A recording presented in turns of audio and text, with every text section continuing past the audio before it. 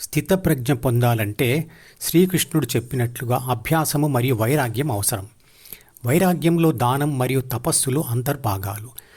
దానం అంటే తనకు ఉన్న సంపద, కోరికలు, సుఖాలు కొంచెం కొంచెంగా వదిలివేయడం. సొంత లాభం కొంత మానుకొని పొరుగువాడికి తోడ్పడబోయి అన్న గురజాడ అప్పారావు మాట ప్రకారం కొంచెం కొంచెంగా దానం చేయడం అలవాటు చేసుకోవాలి.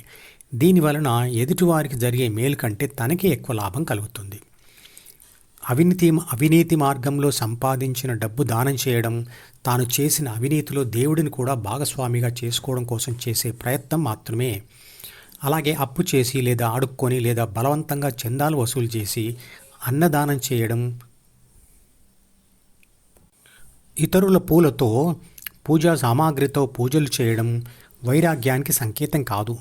ఎవరికో చెందిన దానిని తనదిగా చూపించడం దేవుడి దగ్గర చేసే మోసమే కదా. ధ్యాన తుది దశలో చిట్ట చివరి దానం లేదా సర్వసంగ పరిత్యాగం చేయవలసింది ద్వితీయ మనసు అంటే C+D. దీనిని త్యాగం చేస్తే జ్ఞానేంద్రియాలతో కూడిన శరీరాన్ని మరియు ప్రపంచం మొత్తంను త్యాగం చేసినట్లే. అప్పుడు ఆత్మ తాను పదార్థం కాదు, ఈ ప్రపంచానికి చెందిన దానిని కాదు, తానే విశ్వశక్తి అని గ్రహిస్తుంది. వైరాగ్యం అనేది ధ్యాన తొలి దశలో జ్ఞానేంద్రియాలతో దర్శించే బాహ్య ప్రపంచాన్ని భౌతికంగా వదిలివేయడం లేదా దానం చేయడం లేదా త్యాగం చేయడం.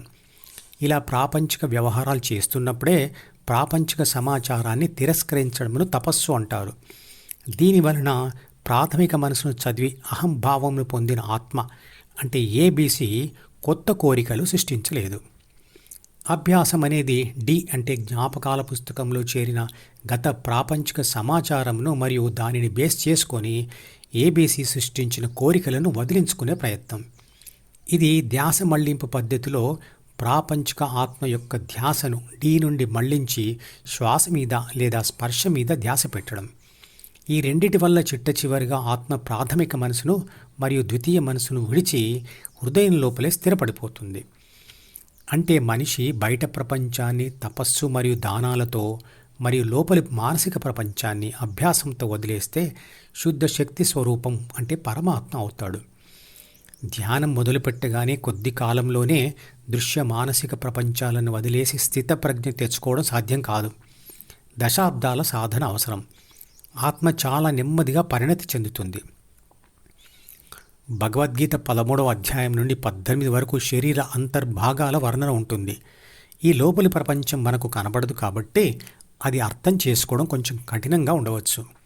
ఈ విషయాలను మనసుతో అర్థం చేసుకున్న తర్వాత ధ్యాన అనుభవంతో తెలుసుకోవాల్సిందే. ఈ అధ్యాయములు బాగా అర్థమైతే సాధన సులువవుతుంది.